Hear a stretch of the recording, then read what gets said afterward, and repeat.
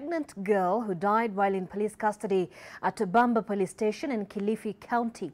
The 17-year-old Margaret Marshall is alleged to have hung herself while in the police cells. Take a look. Government pathologist Johanse Oduor on Saturday conducted the second autopsy at the Kilifi County Referral Hospital mortuary of a 17-year-old pregnant girl who died in Bamba police station cells on Tuesday. Margaret Marshall was believed to have hung herself in a police cell. However, according to Oduor, more may have taken place. Tumepata kama kuna mark kwenye shingo ili huwa tunaona kwenye watu wamejinyonga.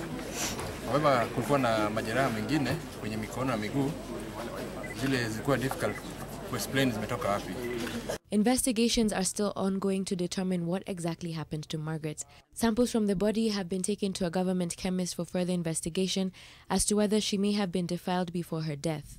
Na tunamuomba daktari haraka iwezekanavyo atupatie hii uchunguzi na sisi tupush polisi kina Matiang'i ili tuwe na amani. Maana kuna tension na kuna speculation. Kumbuka hii ni mara ya pili postmortem inafanyika. Tunaomba haki itendeke, haki ipatikane ya huyu Margaret.